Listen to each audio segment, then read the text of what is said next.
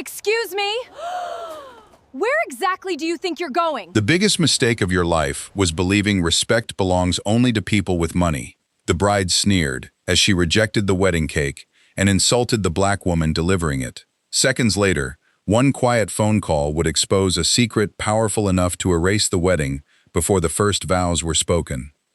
The wedding should have been the happiest day of Vanessa Caldwell's life. Instead, it became the day she destroyed it herself. Luxury cars lined the curved driveway of Ashford Estate. Crystal chandeliers sparkled through the tall windows, while photographers hurried across the marble courtyard. White roses framed every entrance. Staff rushed in every direction, making sure everything was perfect. A black delivery van rolled quietly toward the front entrance. Inside sat Naomi Brooks. She smiled as she glanced at the elegant five-tier wedding cake beside her. Nearly 30 hours of careful work stood before her. Every flower had been handcrafted from sugar. Every detail reflected months of planning with the groom. Naomi stepped out wearing a clean baker's coat beneath a tailored black jacket. She carried herself with quiet confidence. Before she reached the entrance, a sharp voice cut through the air. Excuse me? Where exactly do you think you're going? Naomi turned. The bride marched toward her in an expensive white gown. Vanessa's smile disappeared the moment she looked Naomi up and down. The service entrance is around the back. Naomi remained calm. I was instructed to deliver directly through the main entrance. Vanessa laughed. No, people like you don't come through the front. Several bridesmaids exchanged nervous looks. Naomi blinked slowly. My name is Naomi Brooks. I designed your cake. I don't care if you baked it or bought it. Vanessa folded her arms. Your delivery staff. Use the back door. Naomi glanced toward the estate manager, who looked frozen with uncertainty. She chose peace. I'll gladly take whichever entrance the venue requires. Vanessa stepped closer. The venue doesn't make decisions today. I do. Her voice grew louder. And don't touch anything inside until someone checks that cake. Naomi looked surprised. Is there a problem? I've seen enough small bakeries cutting corners. She leaned closer. I hope it's clean. The words landed like stones. Nearby guests pretended not to hear. Naomi simply nodded. I assure you everything meets the highest standards. Vanessa smirked. We'll see. She snapped her fingers toward another employee. Inspect every inch before it enters my ballroom. The employee hesitated. Ma'am, the venue usually... I said inspect it. Naomi watched silently. Every minute delayed the schedule. Yet she refused to argue. Sometimes silence revealed more than anger ever could. The inspection found nothing wrong. Not a single flaw. Still, Vanessa refused to stop.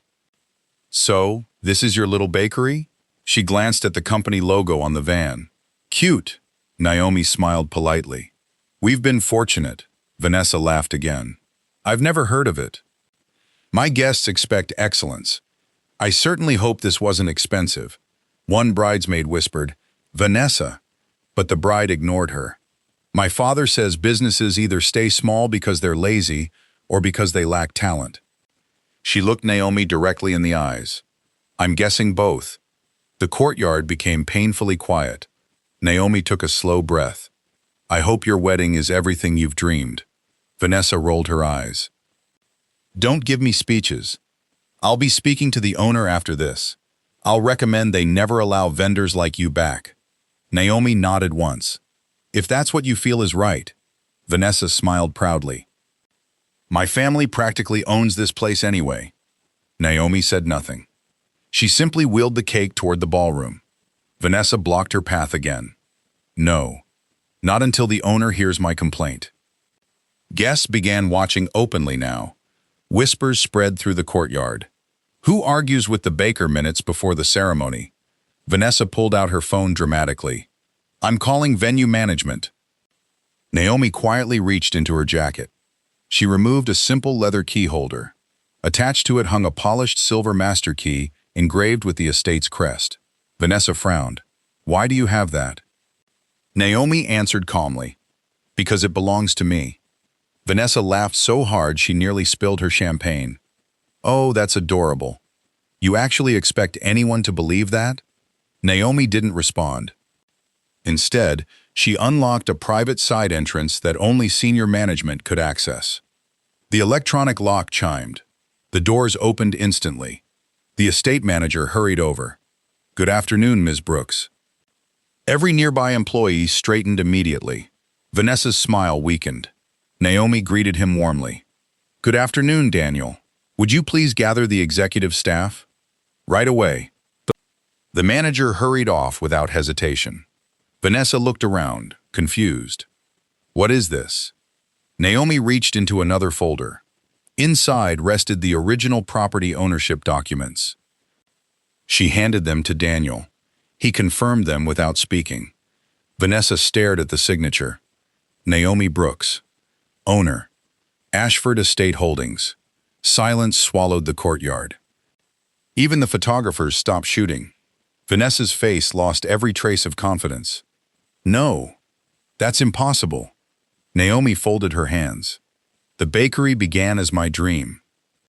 The estate came years later. I never stopped baking because it reminds me where I started." Vanessa's mouth opened. Nothing came out. The groom, Ethan, had finally arrived. What happened? One bridesmaid quietly answered. Vanessa insulted the owner. His eyes widened. "What?" Naomi looked toward Ethan. "I'm sorry your day reached this point." Vanessa suddenly forced a smile. "This is all one big misunderstanding." "I didn't know." Naomi met her eyes. "I believe that. But you knew exactly how you wanted to treat someone you believed had less power than you." Those words struck harder than shouting ever could. If this moment made your heart race, take a second to subscribe, like this video, and tell us in the comments where you're watching from. Stories like this remind us that character always matters more than status. Vanessa stepped forward desperately. "I'm sorry if you misunderstood me." Naomi gently shook her head. "I understood every word." Daniel approached, carrying the venue handbook. Naomi accepted it. "Our venue operates under one policy above every other." She opened the booklet. "Every guest, employee, vendor, and visitor deserves equal dignity." She closed it. "Violating that policy gives ownership the right to terminate any event immediately." The color drained from Vanessa's face. "You can't. I've spent hundreds of thousands. My guests, my flowers, my dress." Naomi answered quietly. "Respect costs nothing." Ethan looked at Vanessa. "Tell me she isn't telling the truth." Vanessa couldn't answer. Another bridesmaid quietly admitted everything. Every cruel sentence, every insult, every threat. Ethan slowly stepped away from his bride. "You actually said those things?" Vanessa reached for him. "I was stressed. You know weddings are emotional." He shook his head. "No, stress doesn't invent cruelty. It reveals it." The words cut deeper than any argument. Guests whispered louder now. Parents rushed toward the scene. Vanessa's father marched forward. "My lawyers will destroy this place." Naomi remained calm. "You are welcome to contact them." Daniel handed him a copy of the signed contract. Its discrimination clause had been highlighted. His confidence disappeared almost instantly. He had signed it himself months earlier. Naomi spoke gently. "I don't enjoy canceling celebrations, but policies exist because dignity matters." She turned toward the staff. "Please assist the guests with transportation. Ensure every vendor receives full payment. And refund every vendor deposit from estate funds." Daniel nodded. "Immediately." Vanessa stared. "You'll pay them yourself?" They didn't create today's problem. Outside, musicians quietly packed their instruments. Florists removed fresh arrangements. Tables remained untouched. The ballroom slowly emptied. Months of planning disappeared in less than an hour. Ethan stood silently beside the fountain. Naomi walked toward him. "I'm truly sorry." He looked at the empty ceremony space. "So am I." He took a deep breath. "I almost married someone I didn't truly know." Naomi answered softly. "Sometimes painful truth arrives just in time." He nodded. I suppose it did. Meanwhile, Vanessa followed Naomi across the courtyard. Please, I'll apologize publicly. I'll donate. I'll do anything. Naomi stopped walking. This isn't about money. I've met wealthy people with beautiful hearts, and people with almost nothing who gave away their last meal. Wealth was never today's issue. Vanessa began crying. My life is over. Naomi looked at her kindly. No, your reputation has been damaged. Those are different things. Reputation returns through changed behavior. Only you can decide whether that happens. Vanessa lowered her head. For the first time all day, she had nothing to say. Hours later, the estate stood unexpectedly empty. Rows of untouched chairs overlooked the gardens. Fresh meals prepared for hundreds waited inside the kitchens. Daniel approached Naomi. What should we do with everything? Naomi smiled gently. Call every local shelter. Invite community organizations. And ask the Children's Hospital if families would enjoy dinner tonight. Daniel smiled. I'll make the calls. Within 2 hours, the estate transformed. Families arrived who had never imagined walking through those gates. Children laughed beneath sparkling lights. Musicians returned willingly. This time they played for joy instead of appearances. The enormous wedding cake stood proudly in the center. Naomi sliced the first piece herself. A little girl accepted it with wide eyes. Is this really for us? Naomi smiled. It always should have been shared. Laughter filled the ballroom. The same room meant for pride became a place for gratitude. The same flowers decorated tables filled with hope instead of ego. Outside, Ethan quietly watched before walking inside. He rolled up his sleeves. Need another volunteer? Naomi laughed softly. Always. Together they served meals until late evening. No photographers remained. No expensive speeches. No luxury performance. Just people helping people. Months passed. The story spread across the city. Not because a wedding ended, but because thousands witnessed what happened afterward. The charity dinner became an annual tradition. Businesses donated. Volunteers multiplied every year.